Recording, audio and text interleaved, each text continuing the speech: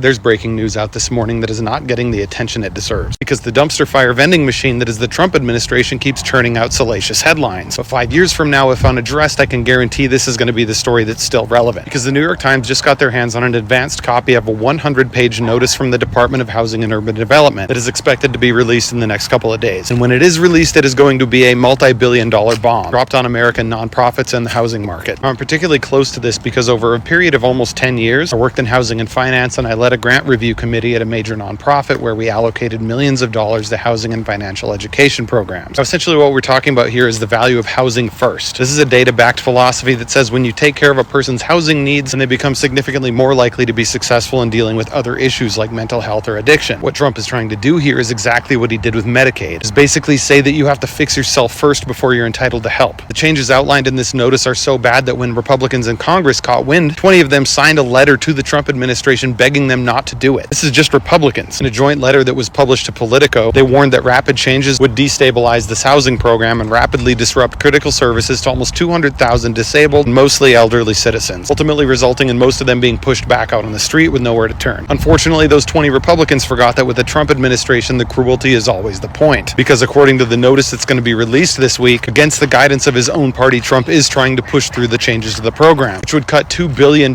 from Housing First programs, a full 2/3 of its budget, and those cuts would take effect in less than 2 months. And Trump intends to get around congressional approval for these cuts because he's not technically cutting the spending from HUD, but reallocating it towards sobriety and mental health programs. But those programs are not able to help people for more than 2 years. Taken together, this policy change is saying that people have to get themselves healthy and sober first before they can access temporary housing assistance, and after 2 years of support, they better be cured because they're getting nothing else. Which means for most of these people who may be severely or permanently disabled, they're going to be homeless in less than 2 years. And that's exactly what the Trump administration expects, because this policy was effectively written by the Cicero Institute, a far-right think tank led by a billionaire who happened to have co-founded Palantir with our dear friend Peter Thiel. Are we connecting some dots here? Now you can read up on Cicero, but they're trash. To put a fine point on it, the lobbyist from Cicero said that we were assuming too much of homeless people, assuming that they were ready for housing. Ready for housing? What's the alternative? Prison? Exactly. Because while with one hand Trump is defunding housing programs, with the other hand he's criminalizing homelessness, effectively funneling homeless people into the for-profit private prison network, while funneling billions in spending away from the network of nonprofits and social workers trying to help people. Now, if this all sounds terrible to you, yes, you're correct. But there is something you can do. Share this far and wide, because public outrage does matter. But more importantly, go to endhomelessness.org to learn about the organizations that are suing the federal government to stop this bullshit from becoming a reality. We have some news right now. Catholic bishops are rebuking Donald Trump in one of the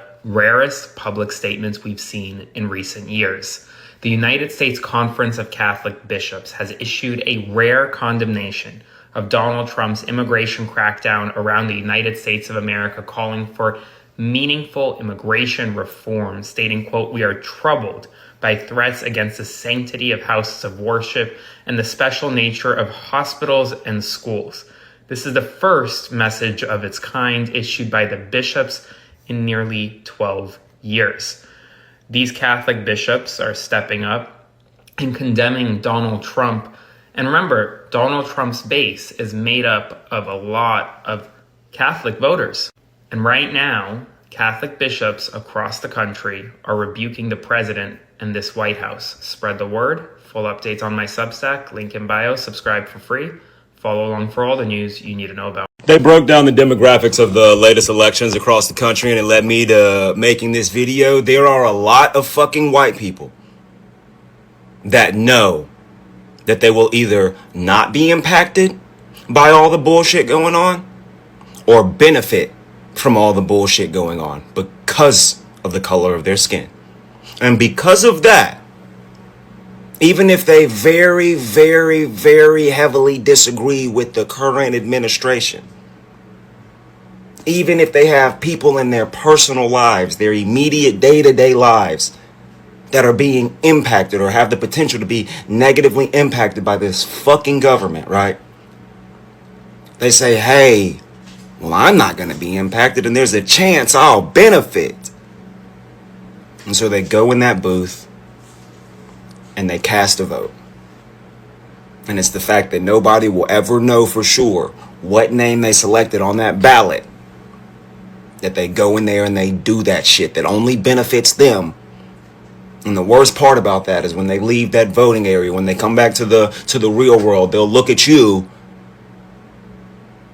and try to be your friend. Knowing in the back of their mind what they just did. Knowing in the back of their mind what they just voted for. Some of the people who are being loud right now, who are screaming out against the federal government right now, it's performative. They're fighting themselves internally. They know they fucked up. They know that what they're doing is impacting their friends and their family, but they're also fucking evil and selfish, and they hate that about themselves. But they can't fight that part of themselves because they're pussy and they're bitch made. So when they go in that voting booth, they vote selfishly. And then they come back out in the world and pretend to be your ally. Your enemy in the shadows is just as dangerous as the one that's staring right at you, telling you they hate you. And some of the harshest criticism is actually coming from Trump's most fervent supporters. Even the QAnon shaman posted, "Fuck this stupid piece of shit, what a fraud." And once you've lost dipshit Daniel Boone here, you are in trouble. And it's understandable why Trump's struggling to get even his own base to take his word for it that there is nothing to see here, because to do so, you essentially have to believe everything we've learned about Trump over the years is irrelevant or sheer coincidence, that all Trump did was repeatedly host Epstein at Mar-a-Lago, have him at his wedding, hang out with him at Victoria's Secret fashion shows, get listed as a passenger on his plane 8 times, joke with him at a party while pointing out hot women and saying something into his ear that got the most grotesque smile in the history of human expressions. Tell a reporter, "I've known Jeff for 15 years, terrific guy. He likes beautiful women as much as I do, and many of them are on the younger side," and allegedly hosts a calendar girl competition where, other than the 24 or so women flown in to provide the entertainment, the only guests were him and Jeffrey Epstein. You'd also have to forget about Trump bragging about his ability to grab women's genitals and claiming he'd go backstage at his beauty pageants while women were getting dressed, something he was accused of doing by 5 Miss Teen USA contestants, and once remarking of his own infant daughter Tiffany that she's got Marla's legs. We don't know whether or not she's got this yet, but time will tell. Beyond that, though, there's nothing there. Except for a jury finding him liable for sexual abuse, but other than that, there's nothing to see. And I should note, Trump denies the Epstein letter, the Calendar Girls contest, and the claims of walking in on Miss Teen USA contestants changing. He also insists he broke off ties with Epstein before he was convicted of soliciting sex from a minor, and he's repeatedly denied being told his name was in the Epstein files, despite reports Pam Bondi told him months ago that his name was in there. And I guess, ideally, Trump would have Jeffrey Epstein on tape vehemently denying their connection. Unfortunately, what he's got instead is this moment in Epstein's 2010 deposition. Have you ever socialized with Donald Trump in the presence of females under the age of 18? Though I'd like to answer that question, at least today, I'm going to have to assert my 5th, 6th, and 14th Amendment rights, sir. Yeah, not great. If the answer's no, just say that. Instead, Epstein started listing amendments like he was ordering off the value menu. I'll have the number 5, 6, 14, 10, 12, 3, and whichever else means I don't have to break bro code.